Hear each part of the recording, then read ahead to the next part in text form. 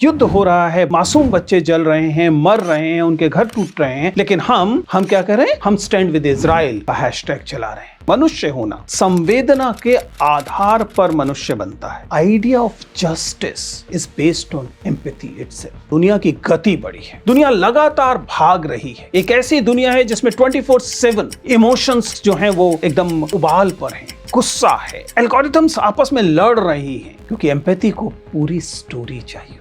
Empathy को पूरा कथानक चाहिए होता है, उसको पूरा बैकग्राउंड चाहिए होता है। देशों का विघटन क्यों हुआ, समाजों का विघटन क्यों हुआ? क्योंकि समाजों ने एक दूसरे के लिए महसूस करना बंद कर दिया, वे एक दूसरे को शत्रु मानने लगे। अस्पताल में पहुंचे किसी व्यक्ति को लेकर और स्टाफ कहता नहीं पहले कागज पूरे करो, उसके बाद उसे एडमिट किया जाए। एफआईआर लिखने से पहले पुलिस को जो है इंतजार करती है कि पहले मीडिया आ जाए तब करेंगे। एचआर मैनेजर के पास आप जाते हैं कि आपके घर में कोई दुर्घटना हो गई है, तो एचआर मैनेजर कहता है ठीक है जाओ, लेकिन मंडे तक वापस आ जाना। ये कहां से हो रहा है? Actually we can, we should, as a matter of fact we must. हम महसूस करते हैं या चुनते हैं कि हमें क्या महसूस करना है। नमस्कार दोस्तों, प्लीज सिट डाउन में आपका स्वागत है। एक के बाद एक दर्द विदारक वीडियो देखते हैं आप, बहुत सारे फोटो वायरल होते हैं, लेकिन अजीब बात यह है कि हम इंसानों की तरह प्रतिक्रिया नहीं करते। हम पहले पक्ष जानने की कोशिश करते हैं कि ये हमारे पक्ष की घटना है या विपक्ष की घटना है, और उसके आधार पर हम तय करते हैं कि हम क्या महसूस करेंगे। कितनी अजीब बात है, क्योंकि अगर आप याद करें तो क्रौंच वध के मामले में वाल्मीकि को एक पक्षी को आहत देकर महसूस हुआ, वही अंततः पूरा महाकाव्य बनकर, रामायण बनकर सामने आता है। लेकिन अब वर्तमान समय में क्या स्थिति हो रही है? हम बुनियादी जो एकदम मानवीय प्रवृत्ति है उसे भूल जा रहे हैं।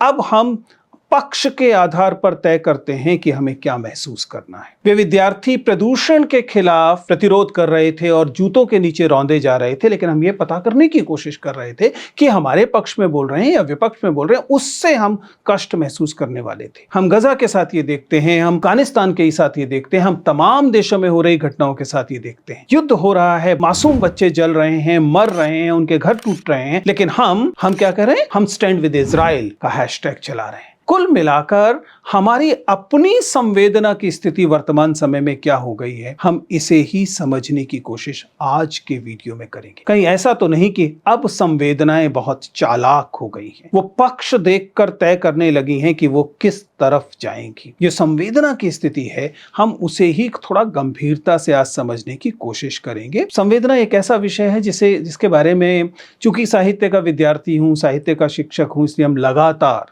इसके बारे में चर्चा करते हैं।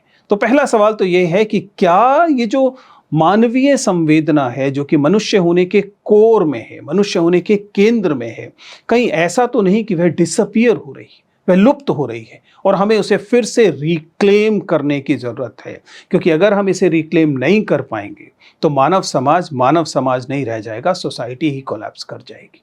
क्योंकि ये जरा सोच कर देखिए, आपको ये वीडियो दरअसल इसीलिए देखना चाहिए कि अगर आपकी संवेदना भी पक्ष के हिसाब से तय होने लगी है, जो मानवीय संवेदना का मूल है, आप महसूस कर रहे हैं कि अब आप उसके अनुसार प्रतिक्रिया नहीं करते, आप पक्ष के अनुसार प्रतिक्रिया करते हैं, तब मुझे लगता है कि प्लीज इस वीडियो को अंत तक देखिए।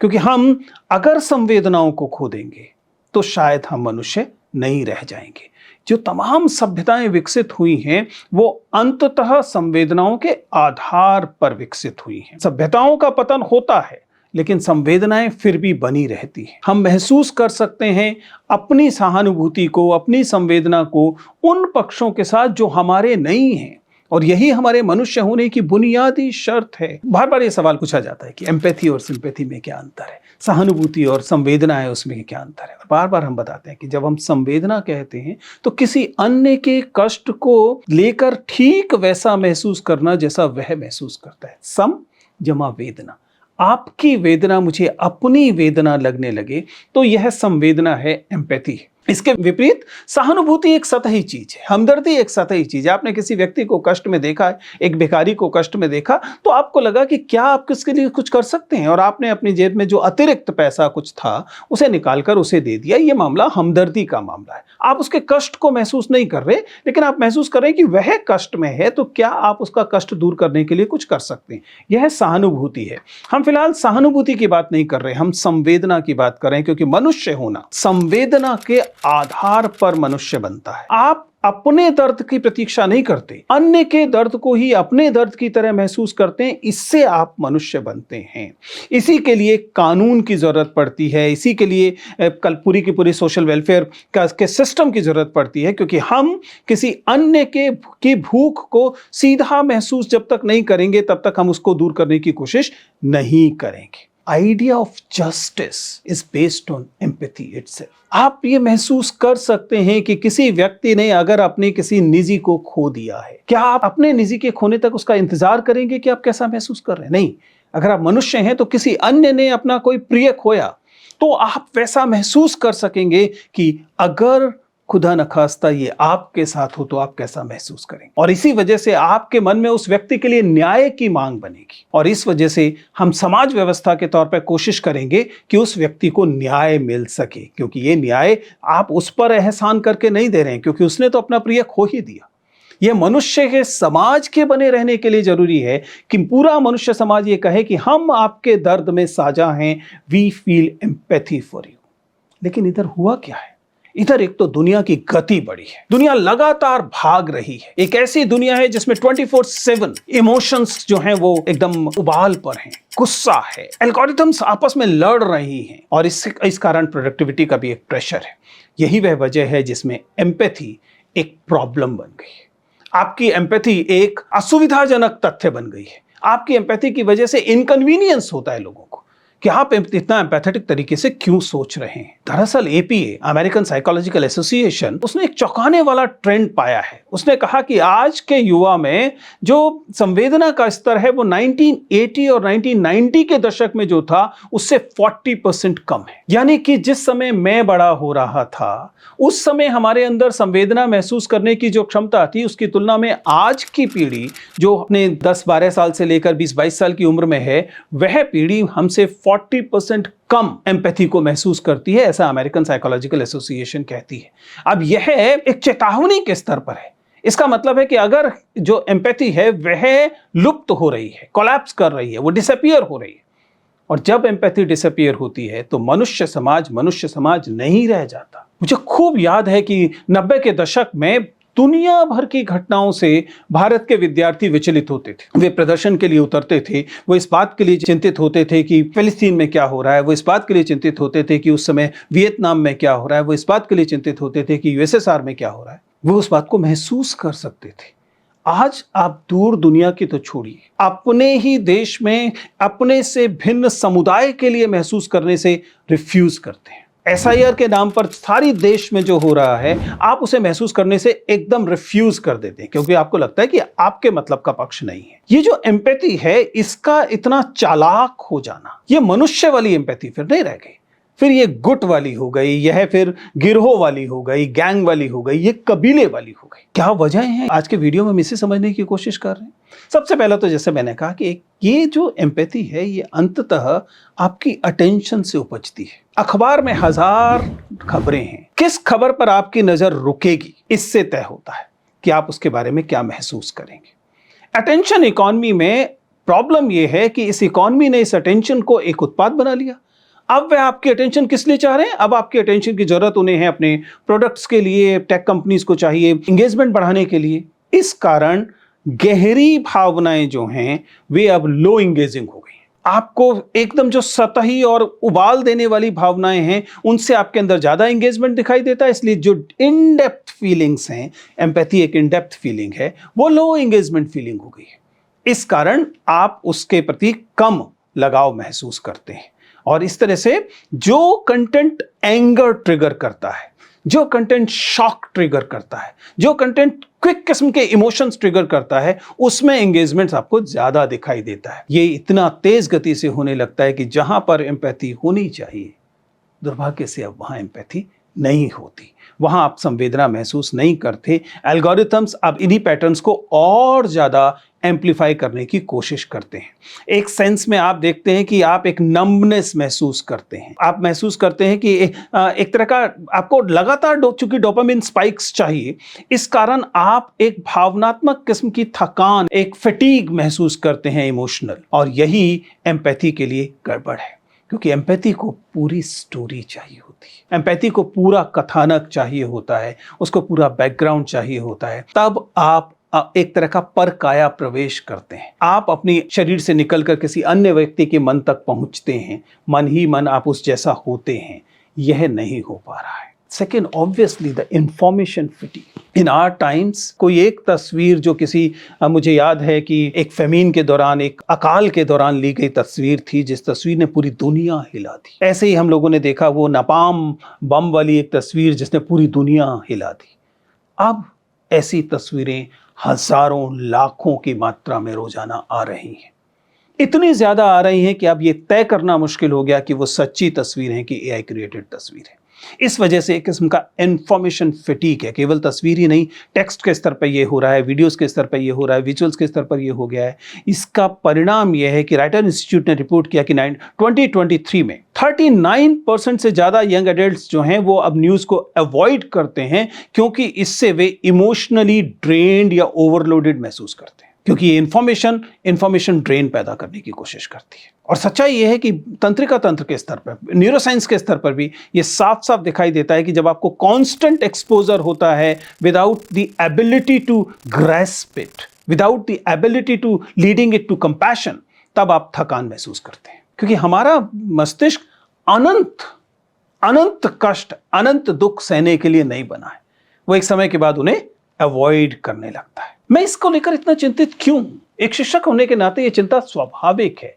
आप ये समझिए कि जब एम्पैथी गिरती है तो समाज टूटता है। देशों का विघटन क्यों हुआ, समाजों का विघटन क्यों हुआ? क्योंकि समाजों ने एक दूसरे के लिए महसूस करना बंद कर दिया, वे एक दूसरे को शत्रु मानने लगे। So whenever empathy falls, society breaks, and that's what my concern is, because I can see signs of it. Can't you see the signs of it? अगर आपको लिंचिंग चारों तरफ दिखाई देती है, हेट क्राइम्स आपको चारों तरफ दिखाई देता है, आपको तमाम मोरल पोलराइजेशन चारों तरफ दिखाई देता है, तो इसका ये साफ साफ इस बात का परिचायक है कि संवेदना का विघटन हो रहा है। अगर आप साफ साफ इस बात को देख रहे हैं कि कुछ लोगों के खिलाफ या समुदायों के खिलाफ हिंसा समाज में बढ़ रही है, और आप उस हिंसा के साथ, उस पीड़ित व्यक्ति के साथ संवेदना महसूस नहीं कर पा रहे हैं, बल्कि हो सकता है कि आप लिंचिंग करने वालों के साथ अपनी संवेदना महसूस कर पा रहे हैं, और अगर ऐसा हो रहा है तो इसका मतलब हमें वो साइंस दिखाई दे रहे हैं जो ये बताते हैं कि एम्पैथी नीचे जा रही है, और एम्पैथी का नीचे जाना समाज के टूटने का एक प्रीकर्सर है। उसके बाद समाज टूटता ही है। और ये एम्पैथी का पतन एक जगह नहीं दिखाई दे रहा, अलग अलग जगह दिखाई दे रहा है। आप सोच के देखिए ना कि आप अस्पताल में पहुंचे किसी व्यक्ति को लेकर, और स्टाफ कहता है नहीं पहले कागज पूरे करो, उसके बाद उसे एडमिट किया जाएगा। एफआईआर लिखने से पहले पुलिस को जो है इंतजार करती है कि पहले मीडिया आ जाए तब करेंगे। एचआर मैनेजर के पास आप जाते हैं कि आपके घर में कोई दुर्घटना हो गई है, तो एचआर मैनेजर कहता है ठीक है जाओ, लेकिन मंडे तक वापस आ जाना। ये कहां से हो रहा है? ये दरअसल एम्पैथी के नीचे गिरने का मामला है, और ये इंडिविजुअल भी है और ये इंस्टीट्यूशनल भी है। हम इंस्टीट्यूशंस में भी इसी किस्म का एम्पैथी लैक देखते हैं। हमें दिखाई देता है इस किस्म का एम्पैथी की गिरावट, संवेदना की गिरावट। कई लोगों का कहना है कि इस पे इतना परेशान क्यों होना, ये हमदर्दी का मामला, संवेदना का मामला ओवररेटेड नहीं है, इतना ज्यादा क्यों? हर कोई व्यक्ति, सारी दुनिया का जो दर्द है वो मेरे जिगर में कैसे आ सकता है? हम सबका दर्द महसूस नहीं कर सकते, नहीं कर रहे। जिन्हें अपना मानते हैं उनका दर्द महसूस कर रहे हैं, उतना काफी है। मैं भारतीय हूं, भारतीय लोगों का दर्द महसूस कर रहा हूं, काफी है। मैं ऊंची जाति का हूं, ऊंची जाति के लोगों का दर्द महसूस कर रहा हूं, काफी है। ये मेरे लिए जरूरी क्यों हो कि मैं दलितों का दर्द भी महसूस करूं, स्त्रियों का दर्द भी महसूस करूं? ऐसा लोग कहते हैं। हालांकि न्यूरोसाइंटिस्ट साफ साफ बताते हैं कि empathy isn't about absorbing pain, it is about recognising and acting with compassion. इसलिए आप ये नहीं कह सकते कि आपके लिए यह कोई ऑप्शनल चीज है। मनुष्य होने में निहित है कि आप कंपैशन के साथ काम करेंगे। आप ये नहीं कह सकते कि कंपैशन के साथ काम करना मैं चुनूंगा, कि मेरा कंपैशन किसके साथ होगा, मेरा कंपैशन किसके साथ नहीं होगा। फिर ये कंपैशन है ही नहीं, फिर ये एम्पैथी है ही नहीं, फिर ये संवेदना है ही नहीं, फिर ये केवल रणनीति है, राजनीति है, घृणा है। बड़ी रोचक बात है। एम्पैथी एक समय में दुनिया को ड्राइव करती थी, अब लोगों का कहना है कि शायद घृणा लोगों को ड्राइव कर रही है। यानी कि आप जब किसी व्यक्ति के लिए कुछ कर भी रहे हैं, तब भी पहले ये जानने की कोशिश कर रहे हैं कि वह आपके पक्ष का है कि नहीं, आपके देश का है कि नहीं, आपकी नस्ल का है कि नहीं, आपकी जाति या धर्म का है कि नहीं। इसका मतलब ये एम्पैथी नहीं है, ये संवेदना के तहत नहीं आप काम कर रहे हैं। आप ये रणनीति के तहत, राजनीति के तहत, उससे भी ज्यादा परायों से घृणा के तहत आप ये कर रहे हैं। क्या एम्पैथी बिल्ड की जा सकती है? अगर एम्पैथी फॉल कर रही है, उसके कारण दिखाई दे रहे हैं, तो फिर सर बात खत्म हो जाती है, शांत हो जाइए। हम कैसे इस एम्पैथी को दोबारा बिल्ड कर सकते हैं? Actually we can, we should, as a matter of fact we must, because unless we are able to rebuild this empathy, जब तक कि हम इस एम्पैथी को मानव समाज के लिए दोबारा से रिक्लेम नहीं करेंगे, हमारे वापस मनुष्य बनने की जो यात्रा है वो शुरू भी नहीं हो पाई। कुछ तो सोसाइटल सॉल्यूशंस हैं। आखिर वह कौन सी वजह रही जब हमारी एम्पैथी में डिप दिखाई देता है? क्या हम उन्हें रिवर्स नहीं कर सकते? क्या हम अपने स्कूल कॉलेजेस में एम्पैथी के करिकुलम को शामिल नहीं कर सकते?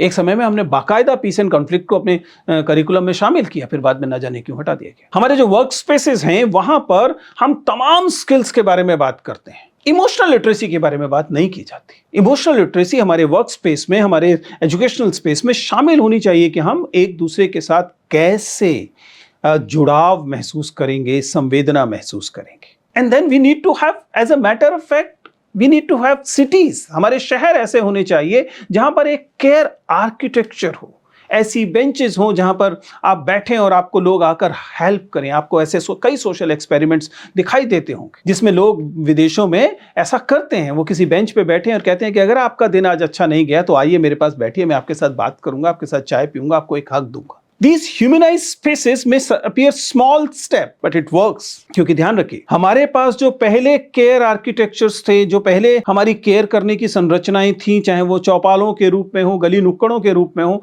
वो तो हमने डिसमेंटल कर दी और उनकी जगह पर कोई वैकल्पिक संरचनाएं हमने खड़ी नहीं की। इसकी वजह से एक एम्पैथी लैक जो है वो और ज्यादा एम्पलीफाई होता है। और मीडिया में हम जाहिर है कि संवेदना की जरूरत है, हमें पॉलिसीज को ज्यादा संवेदनशील बनाने की जरूरत है। देखिए, संवेदनशील बनना एक विकल्प नहीं है। मैं तो लगातार यूपीएससी के इंटरव्यूज जब लेता हूं तो आपने देखा होगा, बार बार इस संवेदनशीलता को जांचने की कोशिश करता हूं।